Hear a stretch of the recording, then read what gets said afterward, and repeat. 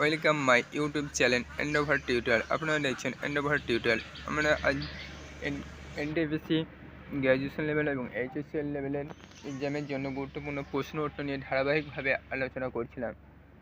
আজকে এই ভিডিওর মাধ্যমে আমরা 61 নম্বর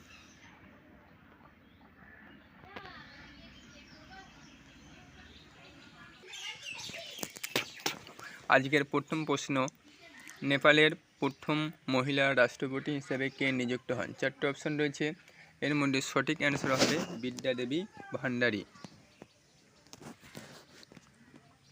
নেক্সট কোশ্চেন, ভারতীয় সংবিধানের 371A অনুচ্ছেদ যে রাজ্যকে বিশেষ মর্যাদা প্রদান করেছে সেই রাজ্যটি হলো 4টে অপশনের মধ্যে সঠিক অ্যান্সার হবে নাগাল্যান্ড।